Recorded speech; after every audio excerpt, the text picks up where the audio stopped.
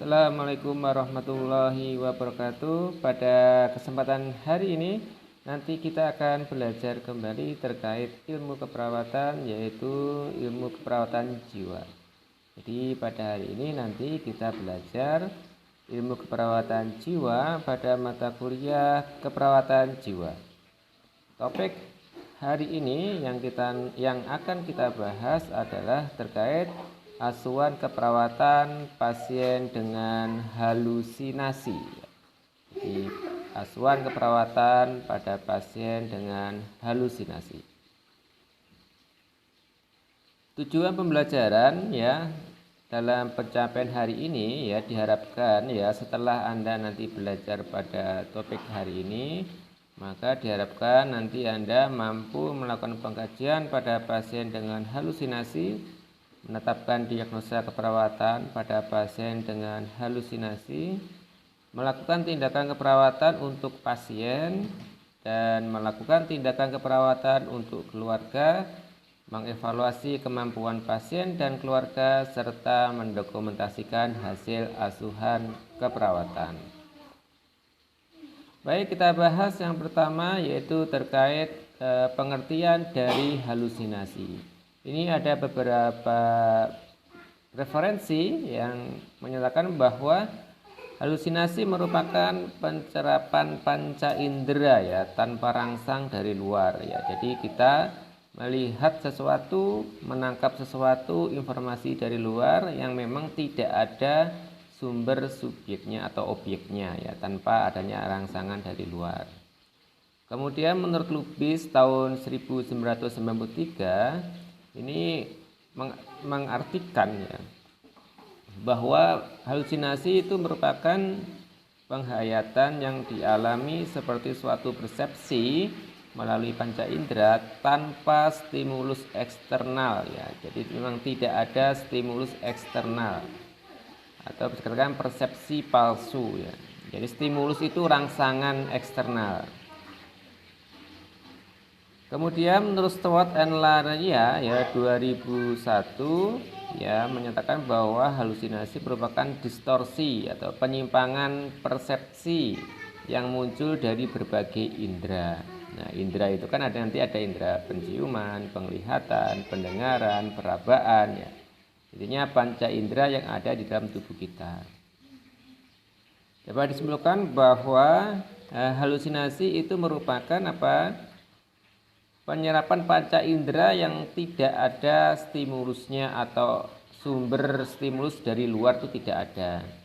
Misalkan sebagai contoh, saya melihat mobil tetapi di depan saya tidak ada mobil.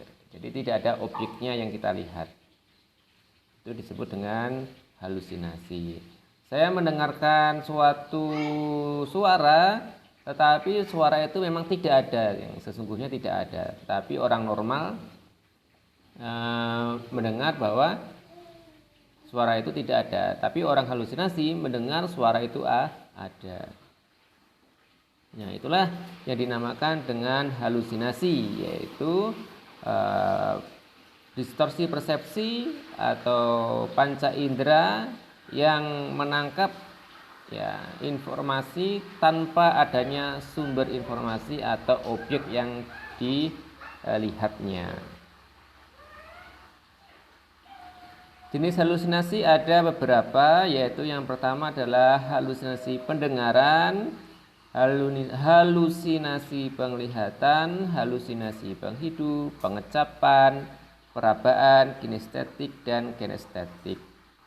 Jadi untuk halusinasi yang paling banyak terjadi itu adalah halusinasi pendengaran, sekitar 70% kasus pasien mayoritas banyak mengalami halusinasi pendengaran. Dan halusinasi penglihatan itu 20%. Penghidup, pengecap, perabaan, kinestetik itu 10%. Jadi memang mayoritas paling banyak adalah halusinasi pendengaran dan halusinasi penglihatan. Jenis halusinasi di sini akan saya jelaskan Jika pasien terjadi halusinasi dengar, maka dapat kita temukan pada pasien ya data objektif berupa pasien bicara atau tertawa sendiri, marah-marah tanpa sebab ya, kemudian menyedengkan telinga ke arah tertentu ya dan menutup telinga. Data subjektifnya ya, pasien mendengar suara-suara atau kegaduhan, kemudian mendengar suara yang mengajak bercakap-cakap, mendengar suara yang menyuruh melakukan sesuatu yang berbahaya.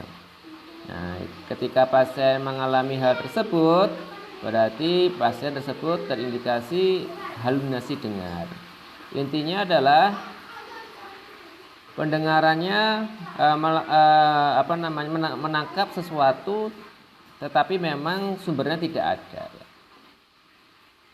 Kemudian halusinasi penglihatan ya. Data objektifnya yang dapat kita temukan pada pasien adalah menunjuk ke arah tertentu ya, kemudian ketakutan dengan pada sesuatu yang tidak jelas ya, itu data objektif. Data objektif yang dapat kita temukan pada halusinasi penglihatan yaitu melihat bayangan, misalkan satu sinar ya, bentuk geometris ya, bentuk kartun ya, melihat hantu atau monster. Nah, tapi memang realitanya memang tidak ada yang ya, jadi realitanya memang tidak ada yang dilihat tersebut, sebenarnya tidak ada. Tetapi pasien dengan halusinasi penglihatan, pasien merasa melihat hal-hal tersebut. Kemudian halusinasi penghidu ya. Data objektif yang dapat kita lakukan pada pasien adalah mengisap-isap seperti sedang membawi bauan tertentu ya. Kemudian menutup hidung, ya, itu data objektifnya. Data subjektifnya yang dapat kita temukan adalah membawi bau-bauan seperti bau darah, ya, bau urin, ya, bau feses, ya. Kadang-kadang bau itu menyenangkan ya anggapan mereka ya yang mengalami halusinasi tersebut. Jadi secara subjektif pasien mengatakan ya mencium bau-bauan seperti bau darah, urin, feses ya. Kadang bau-bauan itu sifatnya menyenangkan ya menurut persepsi pasien. Selanjutnya adalah halusinasi pengecapan ya, halusinasi pengecapan. Data objektif yang dapat kita temukan di sini adalah sering meludah, kemudian muntah ya. Kemudian data subjektif yang dapat kita temukan adalah merasakan rasa seperti darah ya, urin atau feses ya, merasakan rasa seperti darah, urin atau feses. Kemudian untuk halusinasi perabaan itu data objektif yang dapat kita temukan adalah menggaruk-garuk permukaan kulit ya, pasien menggaruk-garuk ya, terasa gatal, sebenarnya tidak gatal ya, tetapi mereka merasa ada sesuatu yang terjadi pada kulitnya sehingga mereka menggaruk-garuk permukaan kulit atau mencakar-cakar permukaan kulit mereka. Kemudian data subjektif yang ditemukan adalah mengatakan ada serangga di permukaan kulit ya, merasakan seperti tersengat listrik. Itu data subjektif yang pasien katakan ketika mengalami halusinasi perabaan. Baik, kita lanjutkan ya. Itu tadi adalah data pengkajian ya terkait tentang halusinasi yang dapat Anda tanyakan, yang Anda validasi pada pasien-pasien yang memang kita curigai atau terindikasi dia mengalami halusinasi. Kita tahu bahwa proses keperawatan itu mulai dari pengkajian, kemudian menentukan diagnosa keperawatan, kemudian kita melakukan perencanaan, setelah kita implementasi dan evaluasi. Nah, pada tahap pengkajian kita sudah jelaskan tadi bahwa halusinasi mempunyai tanda-tandanya dan sifatnya bisa objektif dan subjektif ya, tergantung pada setiap jenis halusinasinya. Kemudian kita lanjut ke tahap berikutnya yaitu menentukan diagnosa keperawatan. Apa diagnosa keperawatannya? Oh, kita pengkajian dulu ya. Tadi dari jenis-jenis halusinasi ya, kita sekarang masuk di proses perawatan yang pertama yaitu pengkajian. Nah, apa-apa sajakah yang harus dikaji di dalam pasien dengan halusinasi? Yang pertama adalah isi halusinasi. mendengar atau melihat apa, ya, suaranya berkata apa, ya, misalkan mendengar ada panggilan-panggilan untuk misalkan lempar lompat ke dalam sumur misalkan itu. Jadi isinya apa ya? Isi perintah dari halusinasinya apa? Kemudian kalau dia pendengaran berarti suaranya berkata apa? Kalau dia melihat apa? Jadi ini isi halusinasi. Kemudian waktu terjadinya halusinasi. Kapan halusinasi itu terjadi ya? Apakah pagi, siang, malam ya? Ataupun tengah malam. Jadi waktu terjadinya halusinasi pagi, siang atau malam. Kemudian yang harus dikaji selanjutnya adalah frekuensi halusinasi. Ya, seperti seberapa sering halusinasi muncul, misalkan sehari 3 kali, waktu pagi, siang, malam muncul, atau pagi sama malam saja, ya, atau intinya berapa kali dalam sehari dan kapan itu terjadi. Kemudian situasi pencetus, nah halusinasi itu muncul itu disebabkan dalam kondisi yang seperti apa, ya, misalkan. Jadi dalam situasi seperti apa halusinasi itu muncul? Misalkan dalam kondisi dia kesendirian, menyendiri, nah, kemudian dalam keadaan sepi, nah, itu kita tanyakan ya. Kemudian misalkan terlalu banyak orang, nah, itu pun juga bisa jadi sebagai pencetus. Atau dalam mengingat sesuatu, mengingat sesuatu yang lama misalkan. Intinya dalam situasi apa halusinasi itu muncul. Nah, setelah kita bisa mengidentifikasi isi halusinasi, kemudian waktu terjadinya halusinasi, frekuensi halusinasi, dan pencetus dari situasi munculnya halusinasi, maka selanjutnya kita tanyakan apa yang dilakukan pasien terhadap halusinasi tersebut, ya. Kita bisa tanyakan bagaimana perasaan pasien kalau ada halusinasi, kemudian apa yang dilakukan jika halusinasi muncul, ya. Apakah dia mengikuti halusinasi, apakah dia mencoba untuk menolak halusinasi, atau menyenangkan, perasaan menyenangkan ketika halusinasi muncul. Nah, kita tanyakan kepada pasien tersebut. Jadi karena respon ini akan penting, ya, mempunyai data yang penting, ya. Karena kadang-kadang halusinasi muncul itu bisa menyuruh ke hal-hal yang tidak kita inginkan. Misalkan pasien bisa bunuh diri, ya, bisa jatuh ke jurang, bisa jatuh ke sumur, membenturkan kepala, ya, karena dia mematuhi dari isi dari halusinasi tersebut. Nah, jadi seperti ini, ya. Jadi nanti Anda pada pengajian nanti ada form seperti ini, ya, persepsi, ya, terjadi halusinasi. Halusinasi apa? Kalau pasien mengalami halusinasi pendengaran, ya, Anda centang pendengaran.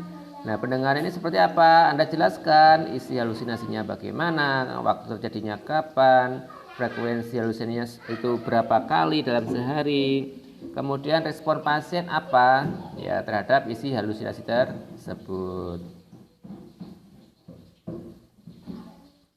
Kemudian kita tentukan, ya, setelah kita melakukan pengkajian, kita tentukan diagnosa keperawatan, yaitu gangguan sensori persepsi, ya.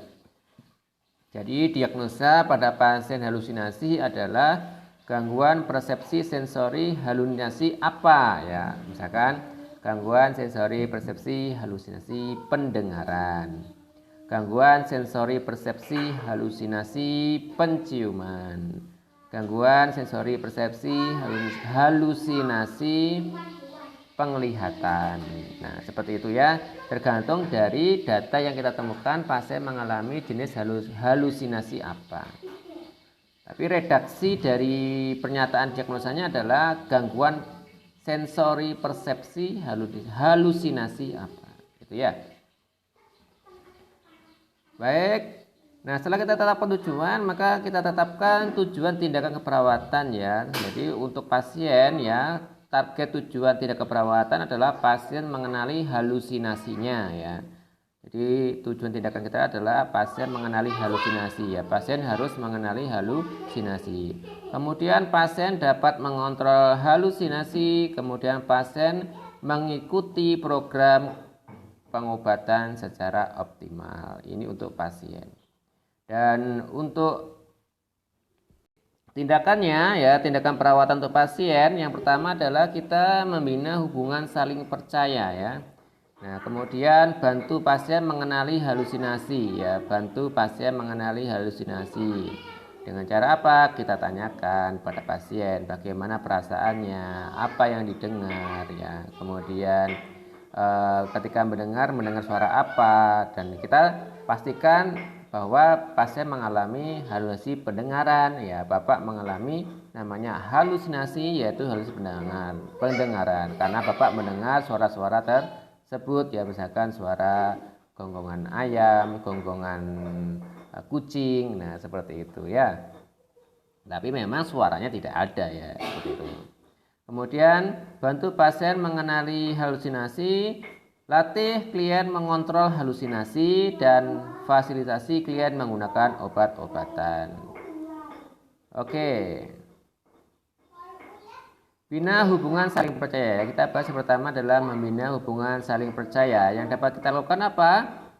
Mengucapkan salam, kemudian berkenalan dengan klien ya. Selamat pagi Pak, perkenalkan nama saya Erik, saya perawat di sini. Nanti saya akan merawat Bapak ya dalam mengendalikan halusinasi yang Bapak alami ya. Sehingga Anda harus buat kontrak asuhan yang jelas ya, apa yang akan Anda lakukan bersama klien ya. Buat kontrak asuhan keperawatan, tujuannya disampaikan kepada pasien. Kemudian dengarkan ungkapan klien dengan empati ya. Dengan empati itu kita tidak ikut masuk ke dalam perasaan klien ya. Misalkan pasien nangis, kita ikut nangis, itu enggak ya. Tapi kita memang intinya memahami perasaan apa yang terjadi pada kondisi klien, tetapi kita tidak ikut jatuh ke dalam perasaan yang dialami oleh pasien. Dengan cara apa kita melakukan empati ya, mendengarkan dengan ungkapan klien dengan empati, yaitu mendengarkan keluhan ya, tidak membantah atau tidak menyokong ya. Tidak menyokong itu membenarkan ya, tidak membantah atau tidak membenarkan dari halusinasi tersebut ya. Jadi memang halusinasi itu memang tidak nyata ya dari sisi penglihatan pasien. Kemudian segera menolong jika pasien membutuhkan perawatan. Kemudian tindakan selanjutnya adalah membantu mengenal halusinasi ya. Jika klien tidak sedang mengalami halusinasi ya, diskusikan ya isinya halusinasi, waktunya, kemudian frekuensi. Nah, diskusikan hal-hal yang menimbulkan atau tidak menimbulkan halusinasi. Nah, jika pasien sedang halusinasi ya, tanyakan apa yang didengar atau dilihat ya. Kemudian kan katakan perawat tidak dengar atau lihat hal yang serupa. Jadi ketika pasien menyatakan saya mendengar suara anjing menggonggong, nah maka kita sebagai perawat, saya tidak mendengar loh suara anjing menggonggongnya gitu ya. Jadi kita membantah adanya persepsi yang dialami oleh pasien. Kemudian bisa kita lakukan selanjutnya adalah diskusikan apa yang dilakukan jika halusinasi timbul ya. Nanti kita ajari ya hal-hal yang harus kita lakukan, hal-hal yang harus dilakukan pasien ketika halusinasi itu timbul. Kemudian diskusikan dampak ya jika klien menikmati halusinasi ya. Jadi diskusikan dampak jika klien menikmati halusinasi. Jadi kalau pasien menikmati halusinasi, nanti pasien itu bisa jatuh ke dalam apa? Kondisi yang membahayakan pasien. Jika isi halusinasinya menyuruh ke hal yang berbahaya, maka pasien bisa mengalami cedera. Kemudian diskusikan perasaan klien saat mengalami halusinasi ya. Ini Anda bisa tanyakan kepada pasien, Bapak, bagaimana perasaan Bapak ketika mendengar suara-suara tersebut? Bagaimana perasaan Bapak ketika melihat suara-suara tersebut atau melihat benda-benda atau hal-hal yang Bapak lihat? Ya, intinya seperti itu. Oke. Selanjutnya adalah melatih klien mengontrol halusinasi ya. Ini tindakan yang dapat kita lakukan pada pasien halusinasi adalah melatih klien mengontrol halusinasi. Hal yang pertama dilakukan adalah kita identifikasi ya cara yang dilakukan klien untuk mengendalikan halusinasi ya. Pertama kita tanyakan pada pasien sudah bisa atau belum, atau sudah melakukan tindakan-tindakan untuk mengontrol halusinasi atau belum ya. Kemudian diskusikan ya cara yang digunakan bila adaptif, berikan pujian. Maksudnya adalah bila adaptif itu ketika cara yang digunakan pasien itu berdampak positif menghilangkan halusinasi, maka berikan pujian ya. Misalkan contohnya ya, contoh mengendalikan halusinasi, misalkan pada halusinasi pendengaran pasien mendengar suara anjing menggonggong, atau ada suara ajakan untuk jalan-jalan keluar rumah sakit misalkan seperti itu. Maka kita tanyakan, Bapak kalau misalkan mendengar ada suara ajakan, apa yang Bapak lakukan selama ini gitu. Ketika pasien mengatakan, oh saya menutup telinga, saya nggak mau diajak sama mereka. Nah, bagaimana Bapak hasilnya ketika Bapak menutup telinga gitu? Kita tanyakan. Oh itu suaranya jadi hilang. Nah, berarti kan cara yang digunakan pasien itu adaptif, maka berikan pujian. Kemudian diskusikan cara mengendalikan halusinasi ya. Ada beberapa cara untuk mengendalikan halusinasi. Yang pertama adalah menghardik halusinasi. Kemudian cara yang kedua adalah berbincang-bincang dengan orang lain ya, karena kita tahu bahwa mayoritas munculnya halusinasi itu muncul pada saat pasien-pasien dalam kondisi kesendirian ya, menyendiri dan tidak mau bergabung dengan orang lain ya. Lebih banyak halusinasi itu muncul pada kondisi seperti itu, sehingga salah satu cara yang digunakan adalah berbincang-bincang dengan orang lain. Kemudian mengatur jadwal aktivitas ya, kita rutinkan ya kegiatan aktivitas pagi sampai sore ya, biar tidak melamun ya, membayang-bayangkan sesuatu yang tidak jelas ya. Maka kita libatkan pasien dalam kegiatan rutinitas sehari-hari ya, pagi misalkan nyapu-nyapu, senam, jam 8 makan, jam 9. Jadi rutinitas sampai malam itu dipenuhin ya, seperti itu. Kemudian yang terakhir adalah menggunakan obat secara teratur. Baik, kita bahas ya cara mengendalikan halusinasi. Yang pertama adalah menghardik halusinasi ya. Jadi dilakukan saat sedang mengalami halusinasi ya. Ketika halusinasi muncul, maka menghardik halusinasi itu dilakukan.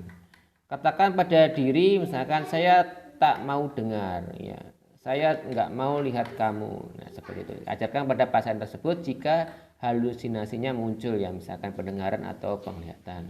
Nah, untuk meningkatkan kendali diri ya dan tidak mengikuti isi halusinasi. Jadi tujuan menghardik ini adalah untuk meningkatkan kemampuan mengendalikan diri dan tidak mengikuti isi dari halusinasi.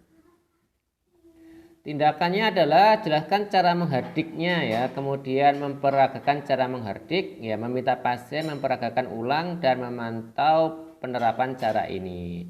Misalkan Bapak ketika mendengar suara, silakan Bapak tutup telinga ya gitu. Ketika ada suara ayo masuk sumur ya, ayo masuk ke dalam jurang gitu ya, silakan Bapak tutup telinga dan bilang saya tidak mau dengar, saya tidak mau dengar, saya tidak mau dengar, saya tidak mau, saya tidak mau. Nah suruh pasien untuk pertama kita peragakan ya, tangan kita menutup telinga dan kita bilang saya tidak mau dengar, saya tidak mau dengar, saya tidak mau, saya tidak mau ya. Kemudian suruh pasien untuk memperagakan ulang. Nah, kalau pasien bisa, penerapannya berarti pasien bisa cara untuk menghardik pasien ya. Nanti tergantung jenis dari halusinasinya. Kemudian cara mengontrol halusinasi yang selanjutnya adalah berbincang dengan orang lain ya. Ini dilakukan menjelang ya halusinasi muncul ya. Nah, ketika pasien sudah merasa, nanti kita sampaikan kepada pasien, Bapak nanti kalau misalkan suara-suara itu mulai muncul ya, silakan nanti Bapak langsung ke ruang perawatan ya gitu. Kita ngobrol-ngobrol bareng ya, biar nanti suara halusinasi itu tidak muncul kembali. Nah, jadi berbicara dengan orang lain ini memaparkan pada stimulus eksternal ya. Jadi ketika misalkan suara-suara itu mulai muncul atau penglihatan-penglihatan itu mulai muncul, segera untuk bergabung dengan orang lain, sehingga stimulus tersebut akan menjadi hilang. Nah, tujuan dari berbincang dengan orang lain adalah menurunkan fokus perhatian ya pada stimulus halusinasi internal mereka ya. Sehingga kita kita alihkan ya, distraksi ya, kita distraksikan ke hal-hal yang lain. Kemudian mengatur jadwal aktivitas ya, seperti yang saya jelaskan tadi ya, halusinasi terjadi karena banyak waktu luang ya, jadi tidak banyak kegiatan ya, sehingga kita mengatur jadwal aktivitas, meminimalisasi waktu luang dan membuat jadwal harian sampai pasien nanti memang harus rutin menepati jadwal tersebut. Nah, tindakannya apa? Jelaskan pentingnya aktivitas teratur ya, diskusikan aktivitas yang biasa dilakukan, melatih pasien melakukan aktivitas, menyusun jadwal aktivitas dan memantau pelaksanaan aktivitas. Ya, kita buat rutinitas kegiatan harian dan kita pantau kemampuan pasien dalam melaksanakan aktivitas kegiatan harian. Yang terakhir adalah cara mengontrol halusinasi dengan melatih pasien menggunakan obat secara teratur ya. Jadi jelaskan pentingnya penggunaan obat, jelaskan akibat bila tidak menggunakan obat sesuai dengan program ya, jelaskan akibat putus obat ya, jelaskan cara mendapatkan obat dan jelaskan 5 benar cara menggunakan obat. Nah, kita ajarkan kepada pasien ya. Ini targetnya pasien harus bisa, karena nanti kalau pasien sudah sembuh, ketika di rumah pasien bisa mandiri dalam mengkonsumsi obat.